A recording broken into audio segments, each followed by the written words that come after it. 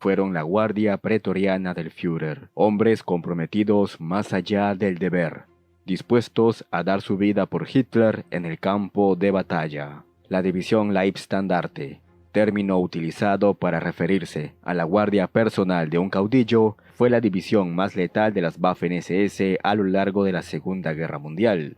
Iniciando como un pequeño grupo selecto de 120 hombres liderados por Joseph Sepp-Dietrich, la Leibstandarte iría evolucionando hasta convertirse en una potente división Panzer de las SS, viendo acción en prácticamente todos los frentes de batalla de Alemania durante el conflicto, desde las inmensas estepas de Rusia hasta el caótico Bocage normando y los congelados bosques de las Ardenas, viviendo el auge y la expansión del Tercer Reich hasta los agónicos momentos finales de lucha contra los aliados desde Occidente y el Ejército Rojo por el Oriente, allá donde rugían los cañones y se requería de una potente división que sea la punta de lanza, que sea la llave maestra del campo de batalla, estaría la Leibstandarte. Conoceremos todo esto y más a continuación. Bien amigos, la Leibstandarte tuvo sus comienzos en el cuerpo de guardia de las SS Berlín, creado en marzo de 1933 para proteger a Hitler. En noviembre de aquel año, el canciller de Alemania rebautizaría a esta unidad con el título de Leibstandarte. Como guardia de honor de Hitler, sus miembros custodiaban la Cancillería del Reich en Berlín, montaban guardia en los accesos principales y ante el despacho del Führer. A diferencia de otras unidades que tomaban reclutas de zonas específicas del país, la Leibstandarte seleccionaba solamente a los mejores aspirantes de cada región de Alemania. Desde luego, al ser una verdadera unidad de élite, los requerimientos para ingresar eran muy estrictos. A ver, en este video solamente lo voy a abordar de manera muy superflua, ya que en un video que hice acerca de la escuela de oficiales de las SS está todo más detallado. Les recomiendo que lo vean después para ampliar más. Los requisitos básicos era tener el certificado de ario firmado por Himmler, una altura mínima de 1,78 m y por supuesto haber demostrado aptitudes, tanto físicas como mentales, por encima del promedio. La unidad destacaba bastante por sus parches de cuello, su inconfundible bocamanga que llevaba el nombre del Führer y se añadían cinturones blancos y demás accesorios que complementaban con ese imponente uniforme negro. Su apariencia impecable, el hecho de prestar guardia de honor para actos oficiales y la precisión con la cual ejecutaban órdenes les ganó el apodo despectivo por parte de la Wehrmacht de soldados de asfalto. Bastante buenos para desfilar, pero vírgenes en el campo de batalla. Sin embargo, la vorágine de la Segunda Guerra Mundial haría cambiar esta opinión. En 1934, la Leibstandarte participó en la Noche de los Cuchillos Largos, acabando con los principales líderes de las SA y prácticamente descabezando a esta organización al asesinar a su líder Ernest Röhm. Como recompensa por su gran actuar, la unidad fue elevada al tamaño de regimiento y fue completamente motorizada, alcanzando los 2.600 efectivos. La Leibstandarte tomaría acción en los acontecimientos prebélicos que marcaron el camino a la guerra en Europa. El primero ocurrió en marzo de 1936, cuando las tropas alemanas reocuparon Renania, apoderándose de los cuarteles y fortificaciones en Aquisgrán, Treveris y Saarbrücken.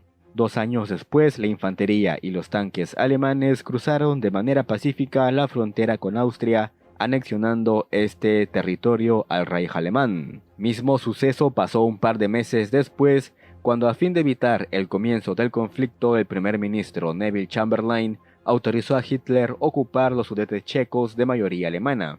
Pero sería en septiembre de 1939 que el entonces regimiento Leibstandarte recibiría su bautismo de fuego en la campaña polaca. La unidad combatió en Lodz, Varsovia y Modlin, y si bien su actuación fue bastante aceptable, el general al mando del 13º Cuerpo de Ejército, Maximilian von Beix, los criticó duramente. La Leibstandarte solamente fue parcialmente capaz de cumplir su misión. Tomaron el puente en Gola durante un intrépido ataque sorpresa, pero luego cayeron en una emboscada bastante evidente. La unidad sufrió sus primeras bajas y se vio envuelta en un combate casa por casa con fuerzas polacas bastante débiles. Aún así, la Leibstandarte no estaba a la altura en cuanto a entrenamiento de combate de infantería. Palabras demoledoras. Finalizada la campaña polaca, el regimiento es reenviado a Alemania para su reequipamiento y reorganización, recibiendo un batallón de artillería y uno de cañones de asalto. La Leibstandarte llegó en marzo de 1940 a la frontera holandesa, donde sería la punta de lanza del ataque contra Países Bajos. En la campaña occidental, el regimiento tuvo un muy buen desempeño. Cruzaron el río Isel y en 24 horas habían cubierto 75 kilómetros de avance, participando en la toma de Ámsterdam, para 4 días después alcanzar el puerto de La Haya y finalmente llegar a Rotterdam. Como era de esperarse, los hombres de la Leibstandarte vieron acción poco tiempo después en el cerco de Dunkerque. Culminada la campaña occidental con victoria para Alemania, el Führer premió a su unidad dándole el honor de adoptar el Führerstandarte, el estandarte personal de Hitler. Además, la unidad fue elevada al grado de brigada, aumentando su número a un total de 6.500 soldados y añadiendo un batallón antiaéreo. Durante los meses finales de 1940, la brigada comenzó un entrenamiento de asalto anfibio en el río Mosela, en previsión de la Operación León Marino. La Leibstandarte tendría un papel crucial en esta hipotética invasión de Gran Bretaña. Sin embargo, la derrota de la Luftwaffe en la batalla de Inglaterra cambió estos planes. Su siguiente destino sería la frontera búlgara en marzo de 1941 para la posterior invasión de Yugoslavia y Grecia. El 12 de abril de 1941 ocuparon Belgrado y sin perder un minuto la brigada Leibstandarte se dirigió a la frontera griega. El momento culminante de la campaña fue la atrevida captura de los pasos de Klidi y Klisura por parte de las tropas de reconocimiento de Kurt Panzermeier. De hecho, tengo todo un video hablando de la historia de Panzermeier y abordo un poco más a detalle dicho tema. Te recomiendo verlo al final de este. Pues bien, comenzando el mes de mayo, culminó la batalla por Grecia y Hitler ordenó que la brigada sea reconvertida a una división de infantería motorizada, elevando sus efectivos hasta los 12.000 hombres. La división Leibstandarte fue adscrita al 54º Cuerpo de Ejército como parte del Grupo de Ejércitos del Sur del mariscal Gerd von Rundstedt. Hasta ese momento, la guardia pretoriana del Führer solamente había saboreado las mieles de la victoria.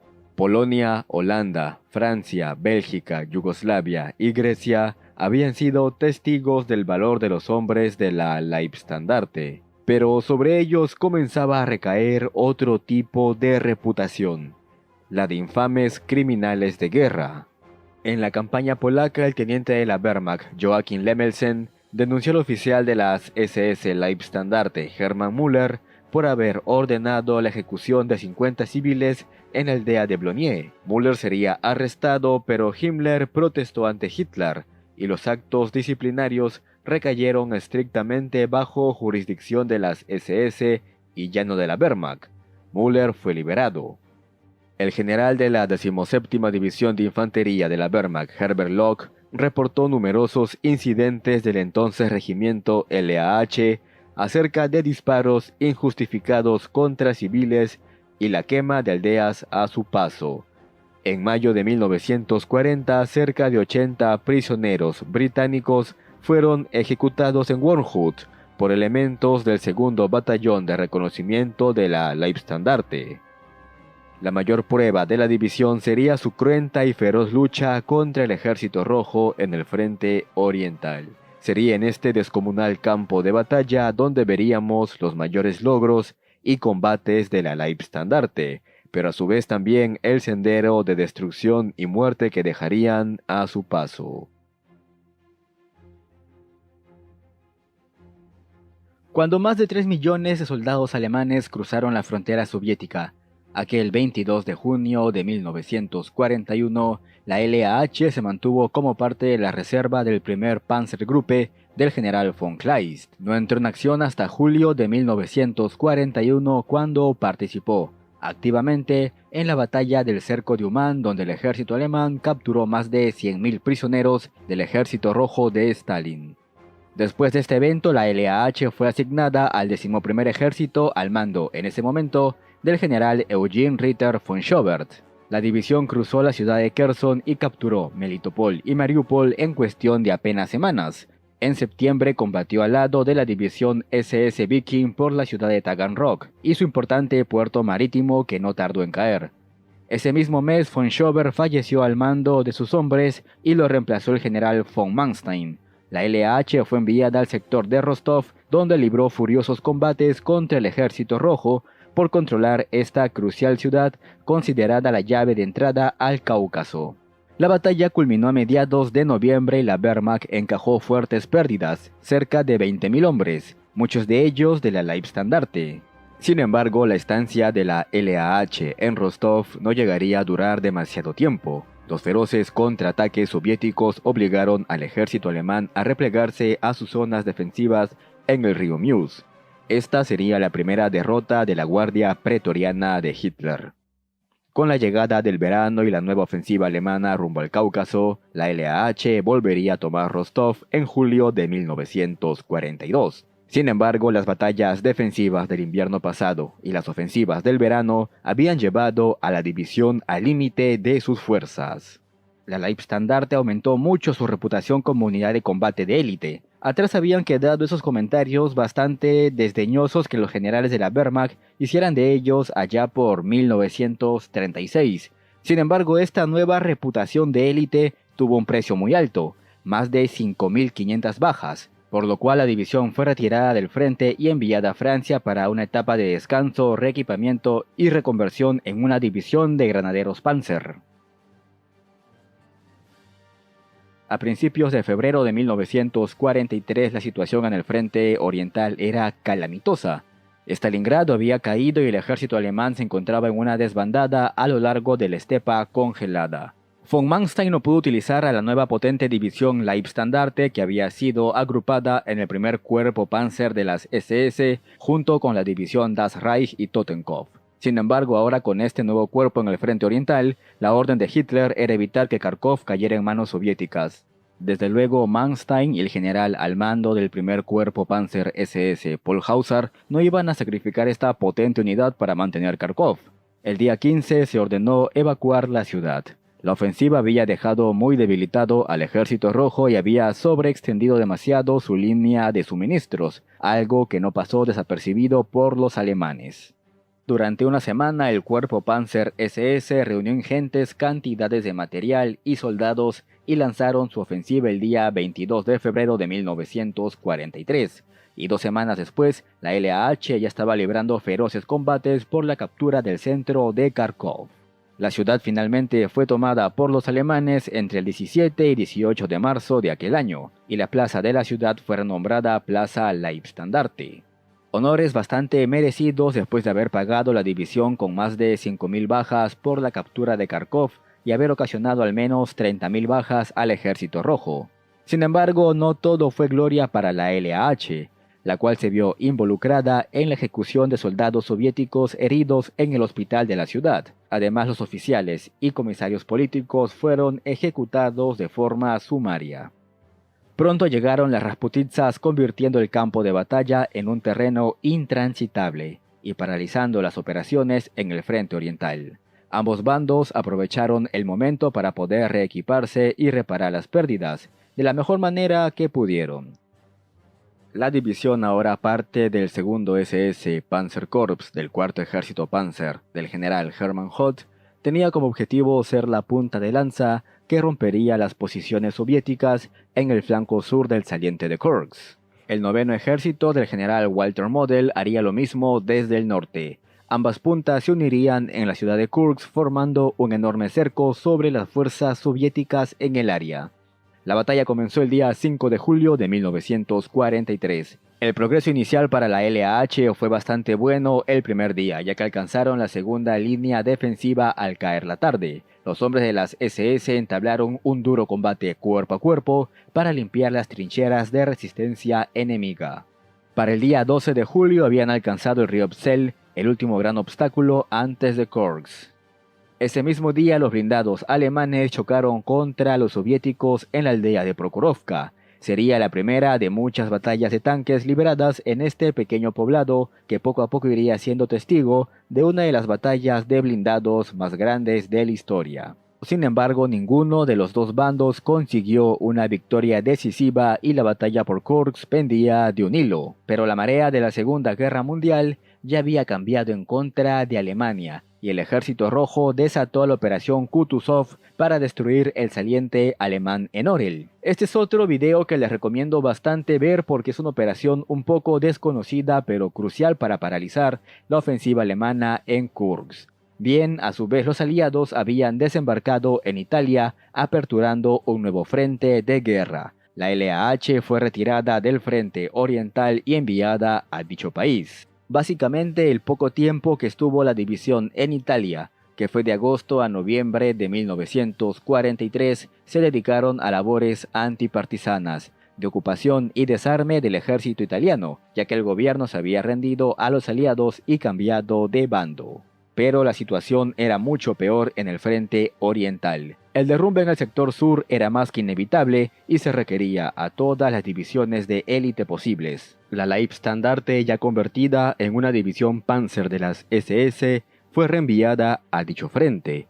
Combatió duramente el resto del invierno de 1943 e incluso quedó cercada en la localidad de Kamenetz. Al borde de ser aniquilada, solamente la intervención de las divisiones 9ª y 10ª SS impidieron dicho final.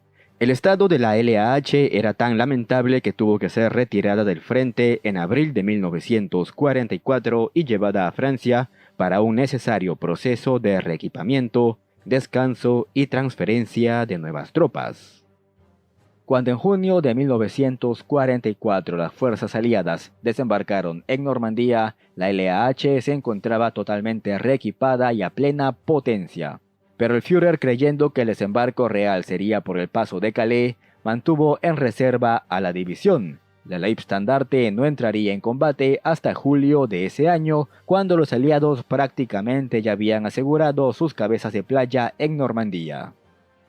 En el frente occidental, la Guardia Pretoriana de Hitler participó activamente en la lucha por la ciudad de Caen, pero la enorme ventaja aérea y la potencia de los buques aliados habían inclinado la balanza totalmente a favor de los angloamericanos. La LAH luchó arduamente en Normandía. Incluso lideró el tan esperado contraataque de los blindados alemanes que empujaría supuestamente a los aliados de vuelta al mar.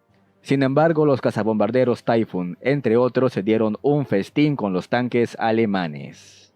Para mediados de agosto, la Leibstandarte pudo escapar a duras penas del cerco de Falaise, pero se habían quedado sin tanques y sin artillería. Fueron enviados de vuelta a Alemania para otra vez ser reequipados y recibir reemplazos. Sin embargo, los nuevos soldados no se comparaban en nada, en cuanto a calidad, a las tropas de años previos. Aún así, la LAH quedó lista en diciembre de 1944 para la última gran ofensiva de Alemania en el frente occidental, la Batalla de las Ardenas, la cual comenzó el día 16 de ese mes con un feroz bombardeo de artillería. En esta oportunidad, la división lucharía separada en Kampfgruppe o grupos de combate operativo. El grupo de combate Piper, el más famoso de todos y mejor equipado obviamente con tanques König-Tiger, Panthers y Panzer IV. Pero también hubo otros 3 grupos de combate. Sandik, que se componía del segundo regimiento de granaderos. Hansen con el primer regimiento, este especialmente equipado con piezas de artillería y cañones antitanque. Y Nittel, con batallones de reconocimiento y zapadores de combate. Bueno, sería en medio de estos frenéticos combates entre las fuerzas estadounidenses y los hombres de Piper que ocurriría la terrible masacre de Malmedy, cuando más de 84 prisioneros de guerra fueron ejecutados por los hombres de las SS. En mi video acerca de Piper hablo de todo este tema y el posterior juicio que se le realizó. Incapaces de romper de manera total la resistencia estadounidense, la LAH quedó estancada en todo el frente, y corriendo el riesgo de verse cercada por el contraataque aliado, recibió la orden de replegarse a sus posiciones iniciales. La batalla de las Ardenas había terminado. Sin embargo, la Leibstandarte fue enviada a Hungría a finales de febrero de 1945 para la nueva ofensiva alemana, esta vez en dirección al lago Balaton. Les pongo este escenario. El invierno de 1944 ha terminado. Comenzó la temporada de deshielo. El campo de batalla está hecho totalmente un lodazal. Aún así, el líder germano decidió que el sexto ejército Panzer SS del general Sepp Dietrich, encabezado por la LAH, atacara el frente soviético en dirección al lago Balaton y Budapest en Hungría. Obviamente los tanques alemanes se hundieron en el barro, pero lograron pillar por sorpresa a los soviéticos y las tropas de avanzada lideradas por Peiper penetraron más de 70 kilómetros en las posiciones del Ejército Rojo. Sin embargo, frenado el avance germano, siguió el obvio contraataque soviético, y si bien la LAH pudo mantener sus posiciones, el flanco de sus aliados húngaros se derrumbó, por lo cual se vieron obligados a replegarse en dirección a Austria. Hitler, furioso, acusó a las Waffen-SS y sobre todo a la división Leibstandarte de cobardía, y exigió que retiren de su brazo las bocamangas que llevaban el nombre del Führer. Himmler de esto comentó: si el Führer quiere quitar las bocamangas a la división, debería acercarse y quitárselo a los cadáveres de los soldados que se encuentran en el campo de batalla. Las últimas semanas de la guerra, la división apenas contaba con 2.000 hombres y 30 tanques para hacer frente a las formaciones soviéticas. Los supervivientes se rindieron a los estadounidenses, finalizado el conflicto mundial, para evitar la obvia venganza que recaería sobre ellos si el Ejército Rojo los capturaba. La división Leibstandarte pasó de ser una pequeña escuadra de protección y utilizada para desfiles militares a convertirse en la división Waffen-SS más respetada y temida de la Segunda Guerra Mundial. Más de 50 cruces de caballero de la Cruz de Hierro fueron entregadas a soldados de esta unidad de élite. Su efectividad en combate no se pone en duda, y hoy en día sigue siendo para muchos cuestión de admiración. Sin embargo, tampoco podemos pasar por alto su historial de atrocidades en los diversos frentes de batalla del Reich. Si bien cuando hablamos de las Waffen-SS de inmediato viene a nuestra mente la división Leibstandarte, hubo otra que rivalizó e incluso superó en reconocimientos a la Guardia Pretoriana del Führer. La división Waffen-SS Das Reich fue tal vez la más letal de las 38 divisiones de las SS, formándose de la unión de regimientos de infantería de élite, así como de batallones de zapadores de combate. La división Das Reich luchó en las batallas más feroces de la Segunda Guerra Mundial, cruzando a toda velocidad Francia en la imparable Blitzkrieg de 1940, hasta luchar en los inmensos territorios de la Unión Soviética. La Das Reich fue la única división de las SS que alcanzó los arrabales de Moscú y luchó luego del potente contraataque soviético en las infernales y congelantes batallas defensivas de finales de 1941 y comienzos de 1942. Conoceremos todo esto y mucho más a continuación. El nacimiento de la división Das Reich comenzó por caminos distintos, por decirlo de cierta manera. Los tres regimientos que posteriormente formarían a la división se crearon en tiempos diferentes. El primero de todos, el regimiento Deutschland, se creó en Múnich en el año de 1935. Un año más tarde, en Hamburgo se formaría el segundo regimiento llamado Germania, y en 1938, luego de la anexión de Austria al Reich, se creó el regimiento Der Führer en Viena.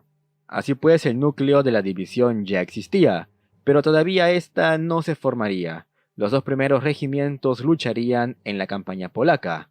El regimiento Deutschland sería agregado a la división Panzer del general Kempf. Atacarían desde Prusia Oriental. Lucharon con bastante eficacia durante la captura de las fortalezas polacas en la línea Modlin. El regimiento Germania, por su parte, sería enviado al grupo de ejércitos B más al sur. No luchó completamente, sino que este sería fragmentado en varios batallones de asistencia para el ejército. Esta situación se debía a la oposición del alto mando de la Wehrmacht, que veía la creciente expansión de las SS como una amenaza para el ejército alemán. Aún así, Hitler quedó bastante satisfecho con el desempeño de los dos regimientos.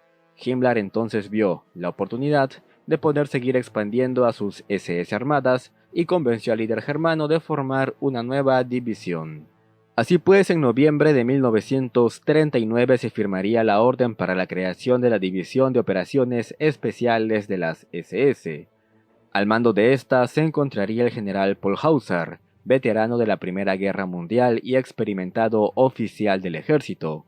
Dejaría el uniforme de la Wehrmacht por el de las SS. La nueva división se formaría con los 3 regimientos ya mencionados, además de un nuevo regimiento de artillería y 2 batallones de zapadores y comunicaciones. En mayo de 1940 la división sería enviada a la frontera holandesa poco antes de la ofensiva alemana hacia Occidente. La división se adentró en los Países Bajos y contactaron con los paracaidistas alemanes que se habían lanzado poco antes sobre Rotterdam. Sería en medio de estos combates donde el sargento Ludwig Keplinger se convertiría en el primer soldado de los Waffen-SS en recibir la Cruz de Caballero. El regimiento der Führer tuvo su bautizo de fuego avanzando más de 100 kilómetros en un solo día en territorio enemigo y capturando la ciudad de Westerbutt. Posteriormente, junto con el regimiento Deutschland, atacaron la zona de Walcheren, lugar donde había una gran cantidad de fuerzas holandesas. La batalla se cobró decenas de bajas para las SS.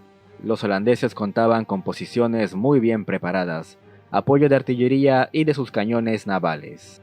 Ya para finales de mayo, la división avanzó a Calais. En dicho avance libraron duros combates contra fuerzas francesas que intentaban romper el cerco en torno a Dunkerque.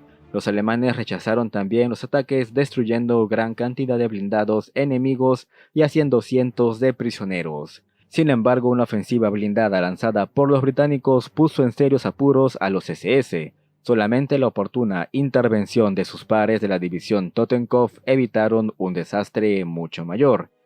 El 1 de junio de 1940 la división es retirada del frente para ser reorganizada para la fase 2 de la ofensiva contra Francia. En esta etapa, con el ejército francés ya prácticamente colapsado, las SS solamente se dedicaron a tomar ciudad tras ciudad por el sur del país. Orléans, Poitiers, Angoulême, Blois, Cambrai fueron cayendo en su avance. En total se estima que en esta fase final de la ofensiva la división hizo más de 30.000 prisioneros de guerra.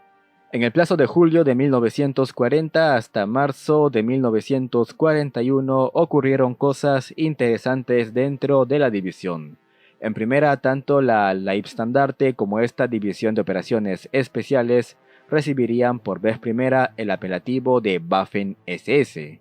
El veterano regimiento Germania por su parte sería retirado para formar de una nueva división de las SS, formada por voluntarios de países como Dinamarca, Noruega y Holanda. Esta nueva división pasaría a llamarse División Viking. Con un regimiento menos, el 11º regimiento de la división SS Totenkopf sería enviado de reemplazo. Oficialmente esta nueva unidad y los regimientos der Führer y Deutschland formarían la segunda división Waffen-SS Reich. Sí lo sé, el nombre de Das Reich llegaría un tiempo después. Para marzo de 1941 serían desplazados a los Balcanes para la próxima campaña ofensiva de la Wehrmacht. Durante la ofensiva alemana sobre los Balcanes, la división Das Reich tuvo un papel crucial durante la toma de Belgrado. El capitán de las SS, Fritz Klingenberg, había alcanzado junto con su compañía las cercanías de la ciudad, pero el río Danubio le impedía un asalto directo. Los puentes habían sido volados y los zapadores de combate se encontraban todavía a mucha distancia para poder construir puentes improvisados. Los soldados encontraron cerca una balsa. Cruzaron con el propio Fritz liderando, acompañado por su jefe de pelotón, 2 sargentos y otros 5 soldados. La resistencia encontrada fue apenas mínima y muchos de los altos mandos militares habían dejado la ciudad luego del bombardeo de la Fuerza Aérea Alemana. Con la ayuda del embajador alemán, Fritz logró engañar al alcalde de la ciudad, asegurando que en las afueras esperaban la orden de ataque, miles de tropas y decenas de piezas de artillería. El alcalde, queriendo evitar más daños, aceptó la rendición y sin saberlo entregó la ciudad a un pelotón de apenas 10 soldados. Recién al día siguiente, 13 de abril, Klingenberg recibió refuerzos del resto de su compañía y otro centenar de hombres. Sería condecorado por Hitler con la Cruz de Caballero de la Cruz de Hierro. Este tipo de audaces hazañas elevaron la reputación de la división Das Reich y sus tropas, pero sería en el frente ruso donde esta división necesitaría toda la potencia, ferocidad e inteligencia de sus soldados y oficiales. La división sería enviada a la frontera polaca como parte del grupo de ejército central al mando del mariscal von Bock. El día 22 de junio de 1941, cuando las tropas alemanas atacaron la Unión Soviética, la Das Reich no participó en los combates iniciales. Tendrían que esperar una semana hasta el día 28 de junio para su primera acción en el frente oriental, al expulsar a las fuerzas soviéticas de la aldea de Stársica. La división combatió cada vez más adentro del territorio soviético. A comienzos de julio de 1941, siguiendo la ruta de Napoleón hacia Moscú, la división alcanzó las orillas del río Beresina. Los alemanes no habían olvidado la catástrofe de Napoleón y su gran ejército en este lugar cuando en noviembre de 1812 la derrota sufrida en la batalla de Beresina marcó el final de la catastrófica campaña francesa en Rusia. Sin embargo, la Das Reich logró despejar la orilla después de durísimos combates contra las tropas del Ejército Rojo, y rápidamente sus granaderos cruzaron el río en medio de los disparos y ataques de artillería enemiga. La Luftwaffe por su parte brindó el apoyo aéreo necesario y en cuestión de horas la orilla oriental también sería despejada. La división con el camino abierto rodeó los pantanos de Pripyat acercándose a Mogilov y tiempo después a Smolensk, la última gran ciudad antes de Moscú y a solo 300 kilómetros de la capital soviética. En esta batalla, que duró más de 60 días con todo y sus posteriores operaciones tanto defensivas como ofensivas, ambos ejércitos sufrieron un número terrible de bajas, cerca de 100.000 hombres para la Wehrmacht y casi medio millón para el Ejército Rojo. A mediados de agosto, la división, seriamente golpeada por los duros combates en el frente oriental, es relevada temporalmente para un corto periodo de descanso y reequipamiento con la llegada de tropas nuevas. Para septiembre de aquel año, con su flanco sur parcialmente amenazado por una enorme concentración de tropas soviéticas cerca de Kiev, Hitler decide desviar el avance alemán en el frente central y redirigirlo hacia el sur. Así pues, las fuerzas Panzer de Guderian, incluida la división Das Reich, participarían del masivo cerco sobre Kiev. La batalla, que duró cerca de 20 días, se saldó con la captura alemana de más de 650.000 prisioneros de guerra, el mayor cerco de toda la historia militar. Y si quieres saber más a detalle sobre esto, te invito a ver mi video dedicado a la batalla por Kiev. Te saldrá en recomendados al final de este. Ya para octubre de 1941, la división combatió en la ofensiva final alemana sobre Moscú, la Operación Tifón. En esta, mediante un movimiento envolvente de pinza, los ejércitos alemanes cercarían la capital soviética y lucharían por su captura. A comienzos de diciembre de 1941, elementos de avanzada de la división tomaron el barrio periférico de Lenino. Desde ahí podían divisar con sus prismáticos las agujas del Kremlin brillar. La división había llegado al límite de sus fuerzas, pero la cercanía de Moscú, que en aquel entonces para muchos soldados alemanes marcaba el final de la campaña rusa, elevó la moral. Las tropas continuarían avanzando unos escasos kilómetros hasta situarse a apenas 16 kilómetros de la capital soviética, llegando a las líneas del tranvía que llevaban directamente a la Plaza Roja. Pero esto tuvo un terrible costo en bajas. La división disponía apenas del 30% de sus efectivos cuando el Ejército Rojo lanzó su contraofensiva. Los restos de la división sufrieron un terrible castigo y las bajas se dispararon a niveles alarmantes. Por ejemplo, para finales de enero de 1942, el regimiento del Führer no llegaba ni a 200 soldados. En total, la división perdió más de 10.000 hombres en su avance a Moscú.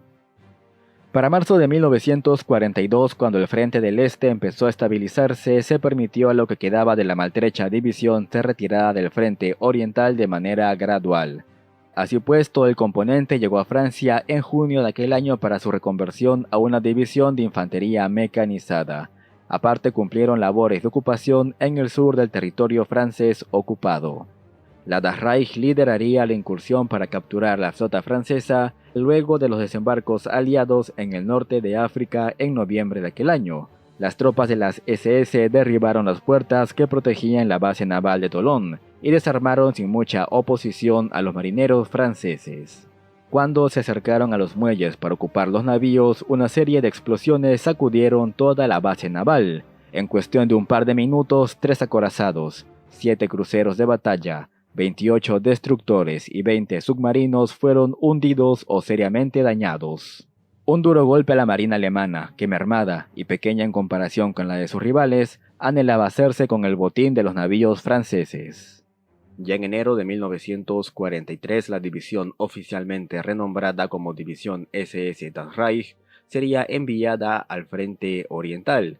Aquí, junto a las divisiones Leibstandarte y Totenkopf, formarían el segundo cuerpo Panzer SS. Su objetivo, lanzar un potente contraataque que recupere la ciudad de Kharkov de manos del Ejército Rojo. En esta batalla, los Panzer de la división Das Reich fueron cruciales para derrotar al primer cuerpo de caballería de la Guardia y a diversos regimientos de tanques soviéticos. Luego de la captura de Kharkov, la división participó en la toma de la ciudad de Belgorod durante los días finales de marzo de 1943. En total, en estas furiosas batallas, la división Das Reich destruyó más de 320 tanques, perdiendo ellos cerca de 50. Finalizados estos combates, comenzó el famoso periodo de deshielo en el frente oriental que dejó los caminos intransitables, paralizando las operaciones ofensivas para ambos bandos. Los combates en Kharkov y Belgorod habían dejado como consecuencia un enorme saliente en Kursk. En este lugar, la Das Reich, con sus divisiones hermanas de las SS, se lanzarían al ataque de la zona mejor defendida del planeta Tierra.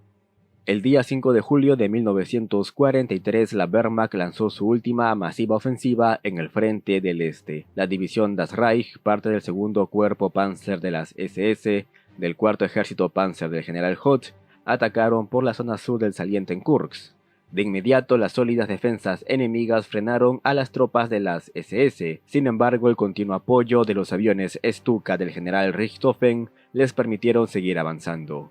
La artillería soviética entró en acción, paralizando de nuevo a los alemanes. A pesar de todo esto, los hombres de la división Das Reich continuaron avanzando, hasta que el día 8 de julio, cerca de la aldea de Prokhorovka, el segundo cuerpo Panzer SS se enfrascó en feroces combates contra el quinto ejército de tanques de la Guardia del Ejército Rojo. En los días siguientes, la batalla quedó en punto muerto. Ambos bandos tuvieron colosales bajas. Las pérdidas soviéticas, sin embargo, fueron mayores que las alemanas tanto en soldados como blindados. Sin embargo, los soviéticos podían darse el lujo de reponerlas más deprisa que las Waffen-SS.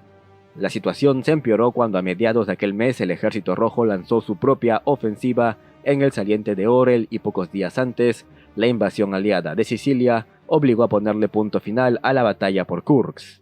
El resto del año de 1943 la división libró duros combates en el sur del frente, luchando en Zitomir, de nuevo en Kharkov, y finalizando el año de 1943 se habían visto obligados a retirarse de Kiev. Lo que quedó de la división después de aquel año sangriento sería enviada a Francia para un periodo de descanso, reequipamiento, la llegada de nuevos reclutas y su reconversión en una división Panzer de las SS. Aún así, sus números en el frente del este fueron cuantiosos. En total, desde julio de 1943 hasta enero de 1944, la división destruyó más de 1.200 blindados enemigos con la pérdida, a consecuencia de 250 propios. Ya para marzo de aquel año, la antes poderosa división Das Reich apenas disponía de 2.500 soldados. Sin embargo, este núcleo de veteranos sería reforzado por otras 9.000 tropas, mayormente soldados muy jóvenes pero bastante motivados ideológicamente. Además, con el pasar de las semanas, comenzaron a recibirse merugas y vehículos blindados, además de tanques Panzer IV y Panther. Poco a poco la división iba recuperando la potencia de sus regimientos de infantería y panzers. Por eso mismo eran considerados uno de los elementos más importantes para la defensa ante una inminente invasión aliada. Se esperaba que la Das Reich atacara rápidamente. Cuando los aliados iniciaron la invasión de Europa Occidental el día 6 de junio de 1944, la división Das Reich recibió la orden de avanzar al frente desde sus posiciones en las cercanías de Burdeos. Los feroces ataques aéreos, así como el ataque de la resistencia francesa a los trenes de transporte, entorpeció su llegada. La respuesta sería brutal contra los civiles, sean partisanos o no. Los años de lucha en el frente del este habían embrutecido a muchos de los soldados más veteranos, y los nuevos reclutas, muchas veces por querer demostrar estar a la altura de estos, repetían sus acciones. Cuando la resistencia francesa apresó al oficial Helmut Kampfe, mayor del regimiento der Führer, la venganza sería la destrucción del pueblo y la ejecución de todos los civiles en Oradour-sur-Glane. Ya con la división por fin en el frente, sus primeros choques contra las fuerzas aliadas serían contra los estadounidenses. Sin embargo, los combates más duros fueron librados contra el ejército británico. Durante estos combates, el comandante de Panther, Ernest Bergmann, perteneciente al segundo regimiento Panzer de las SS, destruyó una decena de tanques enemigos y diversos vehículos blindados y camiones de combustible. Debido a estas acciones sería condecorado con la Cruz de Caballero. La historia de Ernest Bergmann la puedes ver en mi video acerca de él que te saldrá en sugerencias al final de este. Para mediados de agosto, la división Das Reich luchó intensamente junto a la 9ª División SS por mantener una ruta de escape en torno al área de operaciones de Falaise. Las fuerzas aliadas amenazaban con destruir a más de 170.000 soldados alemanes, pero la tenaz defensa de ambas divisiones SS permitió el escape de más de 120.000 hombres. La siguiente gran batalla de la división comenzaría el día 16 de diciembre de 1944. Reformada con tropas nuevas de reemplazo, la división se mantuvo en espera de poder explotar cualquier penetración importante alemana en las líneas enemigas, cosa que llegaría a ocurrir el día 22 de diciembre. Lograron capturar los objetivos clave de Mannheim y Grenzmill, pero su éxito duró bastante poco ya que fueron rápidamente desalojados por un contraataque estadounidense.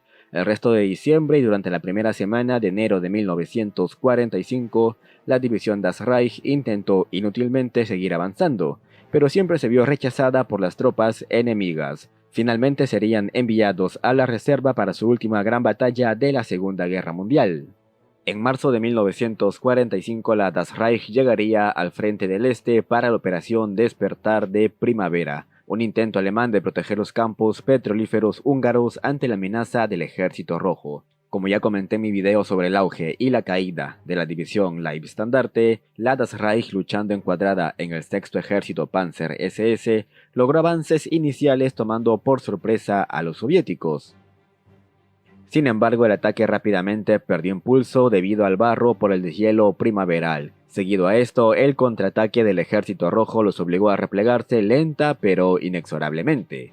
En los últimos días de abril de 1945 se replegaron a Dresden. El regimiento Deutschland llegaría a rendirse a las fuerzas estadounidenses, mientras que los hombres del regimiento der Führer pasaron los últimos días del conflicto evacuando civiles alemanes en Praga.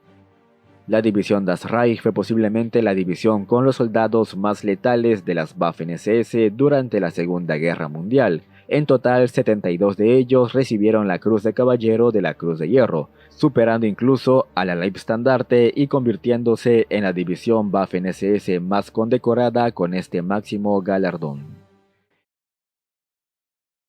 Bien amigos, la división Totenkopf, una de las más famosas y también polémicas divisiones de las Waffen-SS, tuvo su origen en las unidades que se formaron para resguardar los primeros campos de concentración en la Alemania nazi. Al mando de estos regimientos se encontraba el general Theodor Eicke, un miembro de la vieja guardia de las SS y veterano de la Primera Guerra Mundial. Eicke fomentó la creación de regimientos especiales de vigilancia para los campos de concentración, y así fue como se crearon los primeros 4 regimientos.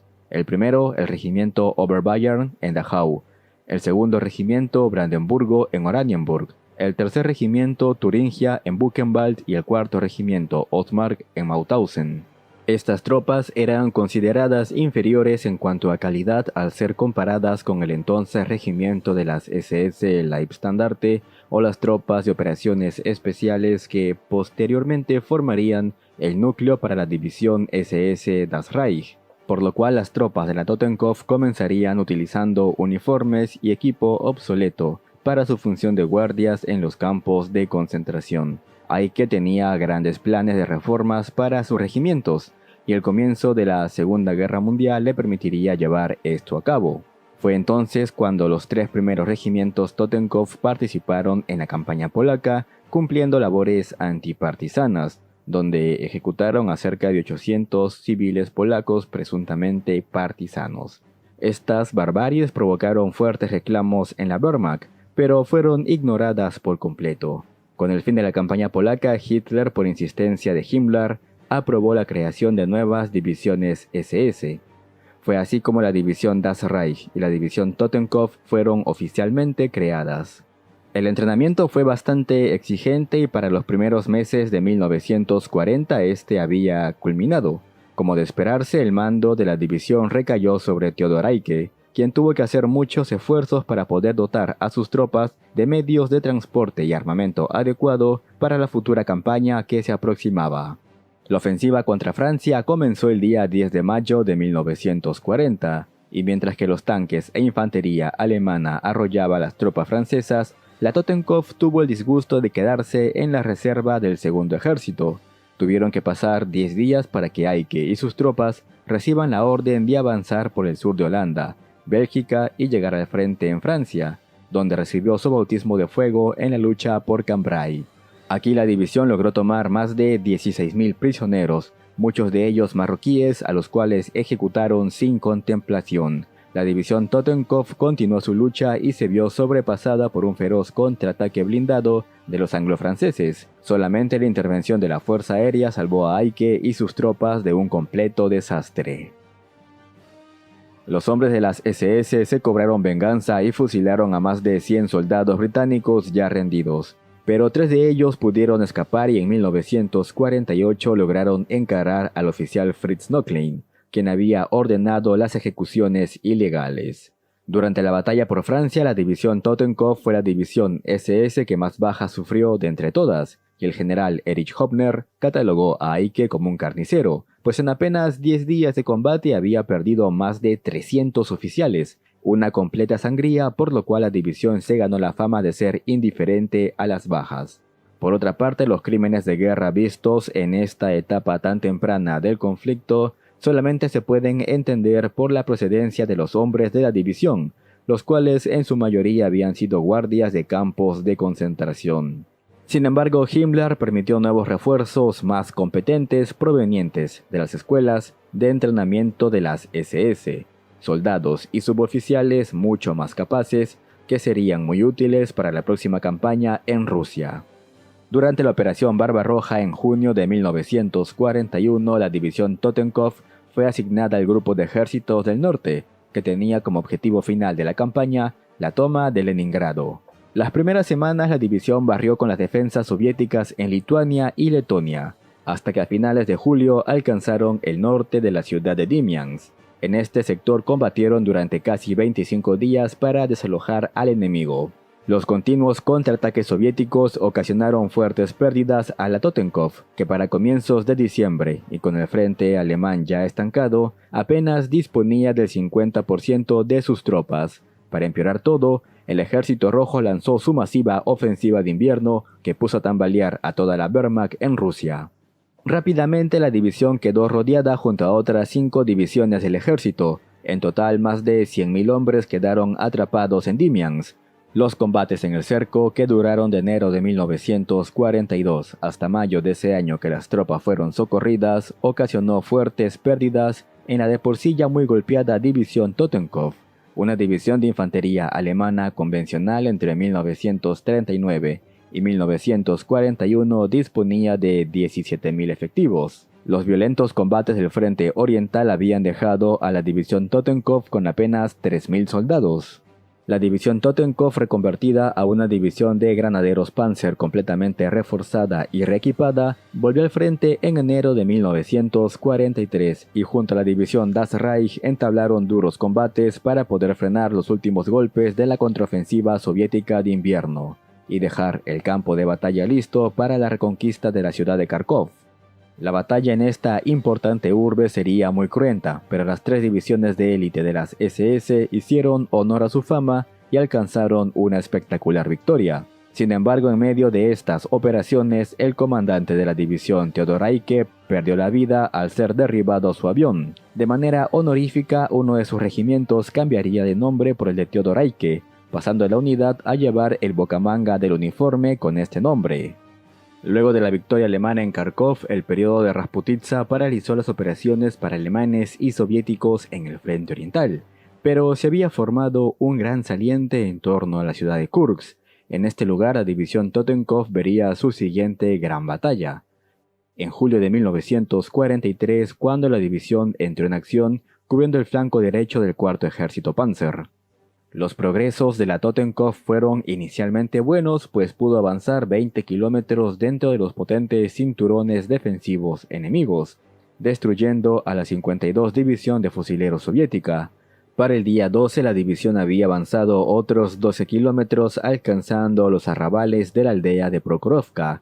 La batalla quedó en punto muerto, pero el desembarco aliado en Sicilia paralizó las operaciones alemanas en Kursk.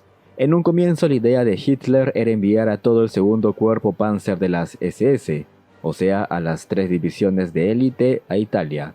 Sin embargo, la contraofensiva soviética obligó a mantener a la división Totenkov y Das Reich en Rusia, mientras que la Leibstandarte fue enviada en apoyo al frente italiano.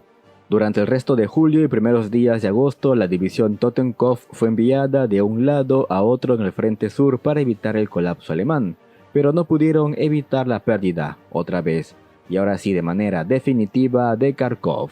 En los meses siguientes, la división permaneció en operaciones defensivas en el sector sur y central del frente, y en este periodo de tiempo pasó a ser reconvertida a una división Panzer SS. Los combates en torno al río Bug y la curva del Dnieper fueron de una intensidad brutal incluso para la división Totenkov, quienes en apenas 3 días destruyeron 250 carros de combate enemigos, pero a un elevado costo, ya que la división perdió un 25% de sus fuerzas en dichos enfrentamientos. Las bajas que la división siguió sufriendo de manera posterior obligó a retirarla del frente y ser enviada a Rumanía para una etapa de descanso y reequipamiento con tanques y reclutas. La Totenkov volvería al frente en febrero de 1944 para cubrir la retirada de las fuerzas alemanas a Rumanía. La división Totenkov junto con la división Grossdeutschland de la Wehrmacht libraron feroces combates contra el ejército rojo por el control del río Dniester, aunque finalmente terminarían retirándose a la frontera rumana junto con el resto del ejército alemán. La calma en el frente del este duró bastante poco y en junio el ejército rojo desató la operación Bagration, su masiva ofensiva de verano que apuntaba a destruir al grupo de ejército centro alemán. En apenas 4 semanas las fuerzas soviéticas avanzaron casi 500 kilómetros, alcanzando las afueras de Varsovia y amenazando con capturar la capital polaca. Un rápido contraataque de la división Viking y Totenkov obligó en septiembre a los soviéticos a retroceder 70 kilómetros al otro lado del río Vístula. A comienzos de enero de 1945 la división reequipada con tanques Panther volvería a ver acción, esta vez rumbo a Budapest, donde intentaron levantar el asedio de la capital húngara. Junto con la división Viking atacaron fuertemente al enemigo, pero la resistencia del ejército rojo rechazó los ataques, y peor aún, el enemigo pasó a la ofensiva, obligando a los alemanes a retirarse en marzo de 1945 hasta las cercanías del lago Balaton. En este lugar los ejércitos alemanes lanzarían, por decirlo así, su última ofensiva de relativa importancia. 4 divisiones de las Waffen-SS, entre ellas la Totenkov, intentaron avanzar sobre un terreno cubierto por el barro con sus pesados tanques. La ofensiva no avanzó más de 30 kilómetros y finalmente fracasó. Los destrozados restos de la división se replegaron finalmente a Austria, pero no pudieron evitar la caída de Viena. Y para mayo de 1945 los últimos soldados de la división Totenkov se rindieron a los estadounidenses, quienes terminarían por entregarlos al ejército rojo. Está de más decir que fueron muy pocos los que llegarían a volver del cautiverio soviético. La división Totenkov fue de las divisiones Waffen-SS más condecoradas, con cerca de 43 cruces de caballero obtenidas. Demostraron una capacidad de combate a la altura de lo que se esperaba de una división élite de las SS. pero al igual que el resto de divisiones SS se vieron manchadas por crímenes de guerra. Una cuestión bastante interesante de esta división son los parches del cuello. Posiblemente fue la única que incluso después de mayo de 1940 que recibió la orden de emplear los parches típicos con runas SS a la izquierda y con runas de rango a la derecha, continuaron en mayor o menor medida empleando el distintivo de la calavera. Ocurrió lo mismo con las bocamangas. A pesar de que los regimientos originales cambiaron de nombre, muchos veteranos mantuvieron las bocamangas del periodo de preguerra. El 7 de junio de 1944, un oficial canadiense quedó sorprendido después de una feroz batalla contra las SS. Sus hombres le trajeron a un grupo de prisioneros alemanes. Horas antes, parte de estos soldados pertenecientes al 25º Regimiento de Granaderos SS habían destruido 28 tanques Sherman y ocasionado más de 250 bajas a su batallón, frenando temporalmente su avance. Lo que realmente sorprendió al oficial no fue la intensidad del ataque. Había escuchado que estos tipos de las SS eran fieros combatientes. Su real sorpresa fue que, al ver a los prisioneros, muchos de estos parecían apenas adolescentes. Su homólogo alemán, un capitán, comentó que en su batallón el 65% de soldados eran menores de 18 años. Usted, señor, ha luchado contra la 12ª División Panzer SS Hitlerjugend. Estos son los niños del Führer. Conoceremos todo esto y más a continuación. La idea de formar una división con miembros de las juventudes hitlerianas se remonta a comienzos de 1943, cuando Gottlob Berger, alto oficial de las SS, presentó la idea a Hitler, quien de inmediato dio su aprobación. Para esto se debía reclutar a todos los miembros de la Hitlerjugend nacidos en 1926 y en menor medida 1927. Para septiembre de ese año, más de 18.000 reclutas habían completado el entrenamiento. Si bien estos se habían educado bajo la ideología nacional socialista y sus ganas de luchar no estaban en duda, carecían lógicamente de la experiencia necesaria del frente. Para mitigar esa falta de experiencia, diversos oficiales de la división SS Leibstandarte fueron transferidos a la nueva unidad, e incluso oficiales de la Wehrmacht, que en su juventud habían formado parte de las juventudes hitlerianas, pidieron su transferencia a la nueva división. El entrenamiento de los muchachos fue bastante inusual. Según su oficial al mando, Fritz Bitt, mencionó que tuvo que omitirse muchos aspectos básicos para enfocarse casi en un 100% en escenarios de combate realistas. Los adolescentes mostraron siempre gran entusiasmo y una moral altísima, por lo cual eran premiados con raciones extra, donde para los que no llegaban ni a 17 años tuvo que dárseles dulces en lugar del típico cigarrillo. En marzo de 1944, la división iba a ser enviada al frente del Este, pero ante la cada vez más inminente invasión aliada de Europa Occidental, la Hitlerjugend fue enviada a Francia, donde continuó con su entrenamiento de combate y familiarizándose con el terreno normando, algo que a posterior sería de mucha utilidad. A comienzos de junio, la división fue calificada como lista para el combate. Contaba con más de 20.000 soldados, 84 Panthers y un centenar de Panzers IV, además de diversas unidades de apoyo antiaéreo, artillería, zapadores de combate y una pequeña unidad de cazacarros. El día 6 de ese mes, iniciado el desembarco aliado, la Hitlerjugend recibió la orden de avanzar hacia Caen para hacer frente al enemigo. Esta ciudad se encontraba muy cerca de los sectores de desembarco Juno y Sword, perteneciente a las tropas británicas y canadienses. Pero a medida que llegaban al frente, la división fue sometida a un intenso ataque de la aviación aliada, que si bien no se cobró muchas víctimas, sí entorpeció bastante la llegada de las unidades a sus posiciones asignadas, que finalmente se concretó a las 22 horas. En su primer combate contra los canadienses, la Hitlerjugend sorprendió a los veteranos soldados, pero de manera inmediata saltó a notar la inexperiencia de los muchachos. El día 8 de junio, cuando los alemanes volvieron a lanzar un segundo ataque, esta vez no tomaron por sorpresa al enemigo, y fueron repelidos con fuertes bajas producto de la artillería y ametralladoras. El coronel Harry Foster opinó acerca de la 12ª División SS. Me sorprende que los alemanes no atacaran nuestro flanco bastante amenazado y expuesto en las batallas del día 8 y 14 de junio. En su lugar lanzaron ataques frontales contra los puntos más fuertes de nuestra defensa. Aquella división Panzer SS tenía mucho coraje y bastante determinación, pero carecían de una idea de ataques coordinados y tácticos. Luego de una serie de contraataques aliados, la división se posicionó al norte y oeste de Caen. Aquí, junto a otros elementos del séptimo ejército alemán, soportaría el peso de las ofensivas del segundo ejército del mariscal Montgomery.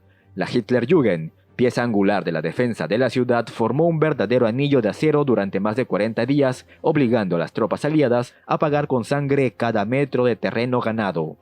Durante más de un mes las tropas de Monty lanzarían sucesivas ofensivas para expulsar a los alemanes de Caen, y finalmente durante mediados de julio y después de un descomunal bombardeo aéreo y de artillería, que por ejemplo acabó con el 80% de los efectivos de la 16ª División de Campaña de la Luftwaffe y aniquiló batallones enteros de las SS, los canadienses pudieron progresar dentro de la ciudad para liberarla de presencia enemiga el día 20 de julio. El combate callejero en medio de una ciudad destruida fue realmente intenso y estresante. Una nota de prensa alemana de la época lo recuerda así. Cientos de bombas, descargas de artillería y ataques masivos con tanques e infantería cayeron sobre ellos. La tierra cerca de Caen se estremeció y se desató un infierno. Manchados con sangre, cubiertos de polvo y tierra, pero con el fusil en mano estos jóvenes detuvieron más de un mes a los angloamericanos. Durante el mes de agosto, la división, reducida a poco más de un regimiento con un puñado de tanques, se vio involucrada en los duros combates en torno al cerco de Falaise, donde tuvo la misión de mantener abierta la ruta de evacuación para diversas unidades alemanas. Finalmente recibió la orden de replegarse durante la última semana de agosto, al ser insostenibles sus posiciones.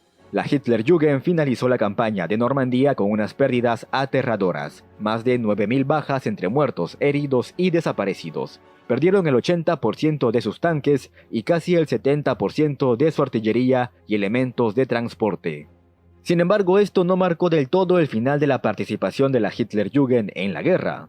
La 12ª División Panzer de las SS se reformó a tiempo para poder desempeñar su papel en la puesta final de Hitler en Occidente. Iba a ser parte de la gran ofensiva de las Ardenas, lanzada para intentar tomar el puerto de Amberes, cerca de donde la división se había formado originalmente 18 meses antes. El día 16 de diciembre de 1944, en los gélidos bosques de las Ardenas, Hitler lanzó su última puesta en el frente occidental. Esperaba infligir una contundente derrota a los ejércitos aliados que los obliga a sentarse en la mesa de negociaciones. Así podría centrar sus fuerzas en frenar a los soviéticos en el frente oriental. La 12ª Panzer de las SS, parte del 6º Ejército Panzer, del general Wilhelm Dietrich, luchó por llegar al puerto de Amberes, pero los continuos atascos en los caminos, así como la decidida resistencia estadounidense, frenaron su avance llevándolos a una lucha de desgaste por mantener sus posiciones ganadas. En toda la campaña la división encajó cerca de 10.000 bajas. Finalmente se autorizó su repliegue el día 8 de enero de 1945, dando por finalizada su participación en la batalla.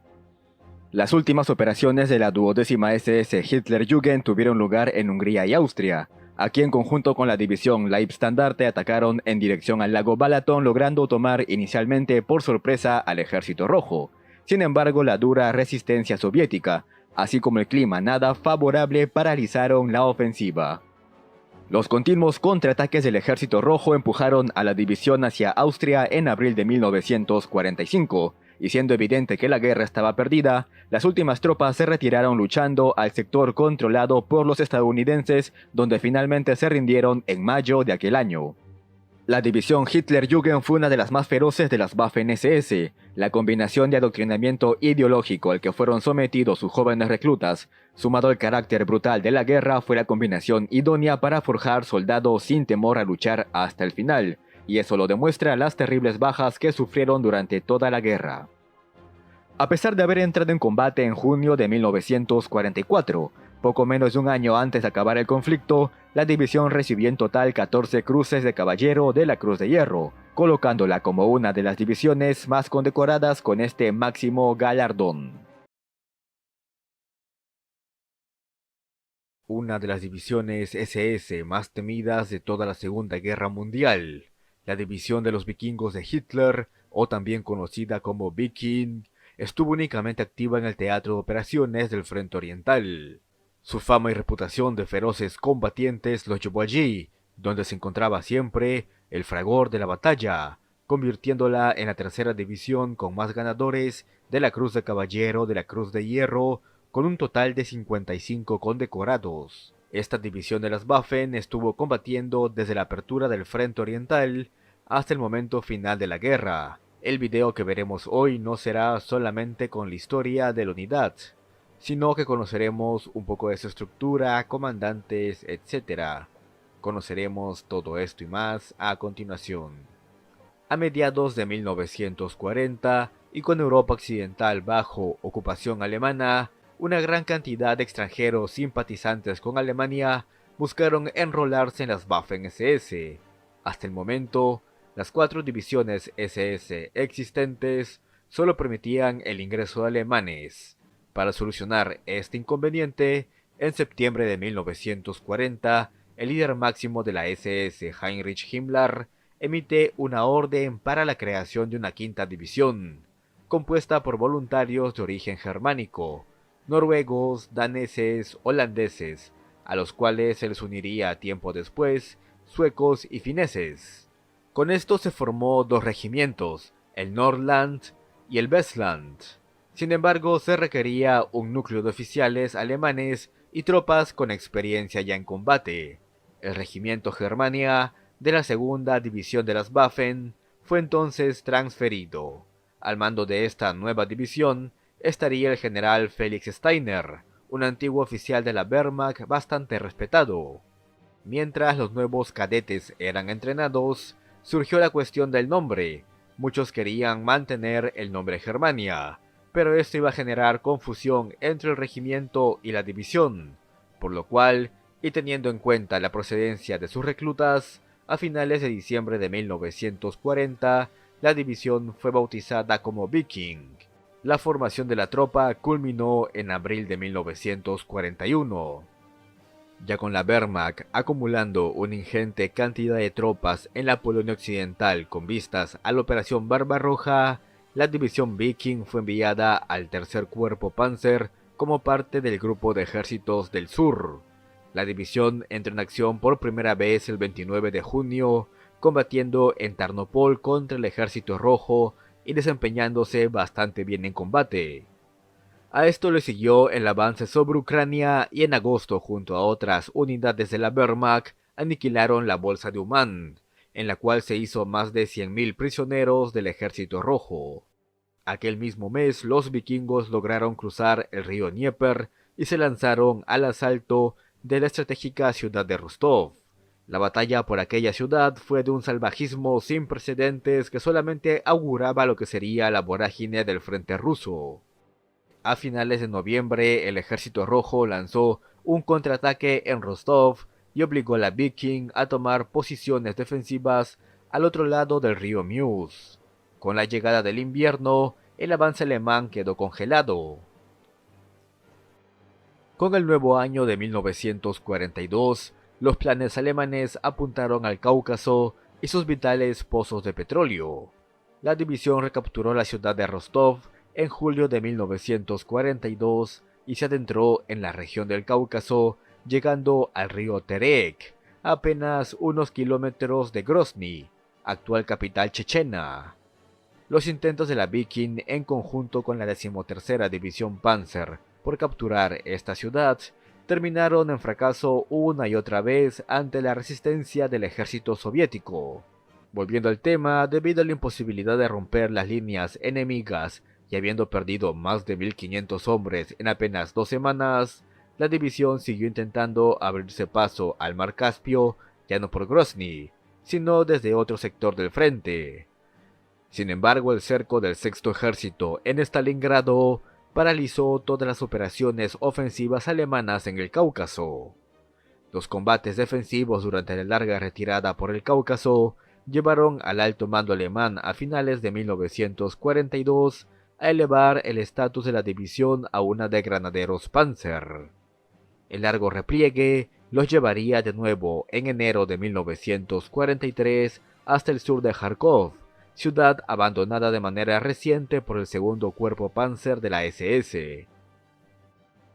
Los vikingos y la 11ª División Panzer lucharían tenazmente contra el grupo móvil Popov, conformado por 4 cuerpos y 2 brigadas de tanques. Lograron frenar a la punta de lanza de tanques soviéticos, mientras que el segundo cuerpo Panzer de la SS atacaba y destruía a esta imponente formación del Ejército Rojo. Sin embargo, la recaptura de Kharkov iba a durar poco, ya que en agosto de 1943 volvería a caer en manos de los soviéticos. A comienzos de 1944, y ya convertida en una división Panzer de la SS, la Viking estaría combatiendo en la batalla del cerco de Korsun. A este tema, amigos, le he dedicado un video entero de casi 12 minutos que les recomiendo bastante ver. Pues bien, la división continuaría combatiendo a lo largo de los primeros meses de 1944 en los pantanos de Pripyat. En junio de aquel mismo año, esta unidad sería enviada de regreso a Alemania para ser reequipada con nuevo material y reclutas. Sin embargo, la pausa iba a durar poco, pues el frente del este había comenzado a derrumbarse también en el sector del Grupo de Ejército Centro a raíz de la Operación Bagration, que había llevado a las fuerzas del Ejército Rojo a las afueras de Varsovia. En agosto, la Viking sería desplegada en esta urbe, donde permanecería hasta que fue enviada a Budapest en enero de 1945 como parte de la Operación Konrad, el intento alemán por levantar el asedio de Budapest. Las divisiones Totenkopf y Viking avanzarían más de 50 kilómetros en una semana, pero estando muy cerca de su objetivo fueron frenados por un contraataque del Ejército Rojo que los obligó a pasar a la defensiva. Una gran ofensiva del Ejército Rojo llevó a los vikingos de Hungría a Austria a finales de marzo de 1945, donde finalmente una parte de estos se rendiría a los soviéticos durante los últimos días del conflicto y otros lograron escapar hacia Checoslovaquia y rendirse a los estadounidenses. La división Viking combatió desde la apertura del frente oriental hasta el último día de la guerra. Mostraron su valor en la vorágine del frente ruso y cosecharon más de 54 cruces de caballero, demostrando por qué recibieron el título de unidad de élite. En fin, amigos, hemos llegado al final del video de hoy. No olvides dejar tu pulgar arriba, suscribirte y recuerda que ahora el señor YouTube activó la opción de super gracias. Así que si quieres apoyar el esfuerzo de guerra de este canal y de quien te habla, puedes donar el monto que tú desees. Nos vemos en un próximo video.